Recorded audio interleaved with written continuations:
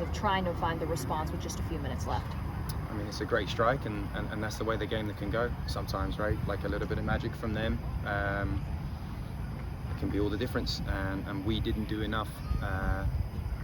We didn't execute, or we didn't have that final finish to put the game away. I'm sure the stats are heavily lopsided in our favour. I know the possession and the territory will be. But we've been here before. This is history repeating itself as far as what we've looked like this season. We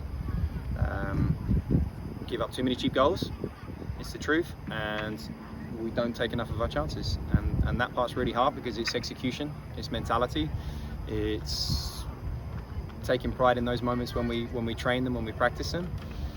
And something has to shift in that mindset, because I'm getting a little tired, and I think that the players are going to get tired of hearing that, well, we were the better team, or we had more chances, or we had more possession. At some point, something's got to shift, and we have to have this mentality that we're going to win the game by the margins that we should, in terms of how it reflects in the play. So that one will hurt, no doubt. We have a little break here, and maybe we need it, and they need to come back with a renewed vigour and know that this next 5-game period is incredibly important to determine where our season goes next. How do you talk to the team and address the disappointment of the result, but still keep in mind the next match and keeping them encouraged through that?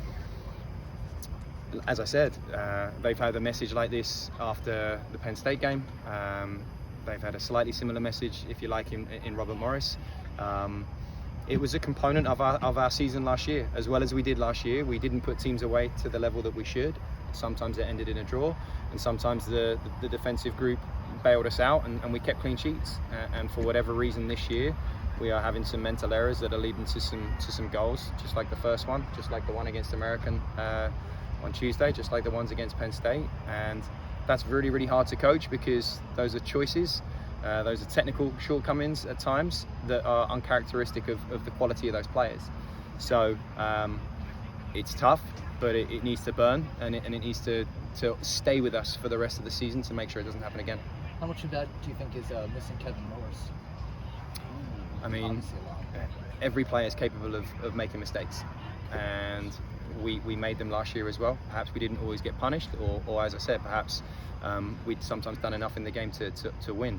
We have made a lot already this year, and as I said, it would be one thing if we having these tactical issues and deficiencies in terms of our understanding or our quality of defending, but when you pass the ball to the other team 10 yards from your own goal, then you're in trouble, right? We don't coach that.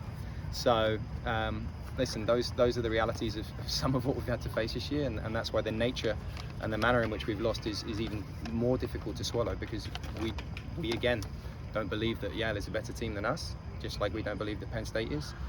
But yet we have 2 losses on our record against those 2 teams, so something has to shift in the mindset to refuse to lose in the future. Dan, what is it in the final third for you guys? Is it execution? Is it composure? It's both. It's both. I think players need to have this feeling of they want it to come to them. I think at times, there's one on the back post there where Otto puts it over the bar because he was surprised that the ball came to him. When that corner's taken, his mindset needs to be, I want this to fall to me because I'm going to score. He needs to expect the ball. And we have others and other situations similar where there must be an expectation to want to be the guy, to want the ball to fall at their feet, to be ready, to be opportunistic in their mindset. And it's almost as though we're a little bit caught by surprise when the chance falls to us, and they're not quite ready in those moments. It's a confidence thing as well. We went through it last year, right? And we're essentially dealing with almost all the same players. Mm-hmm. So it was a shortcoming of us a little bit last year, and it's unfortunately come back to bite us again here this season early in the year. I realize it's a disappointing result, but Sergio scored a great goal off service from Max, who's had assists in the last 3 games. I mean, you have to be at least somewhat pleased with the way that those 2 have played on the wings. Listen, there's a lot of things we do really well. There's still a lot of things we're doing really, really well. But what happens in each respective penalty areas defines outcomes of games all the time. And right now, those things aren't going our way, and we need to be more assertive and more dominant and more commanding that they do. And that's the biggest step in terms of the shift in mentality that this team needs to take. Is Marcus Cabrera possibly pushing for a bigger role with this play? He's done well. He's done well. again, he has a great chance to head us into the lead early in the second half, and Ciro has maybe an even better chance to equalise for us.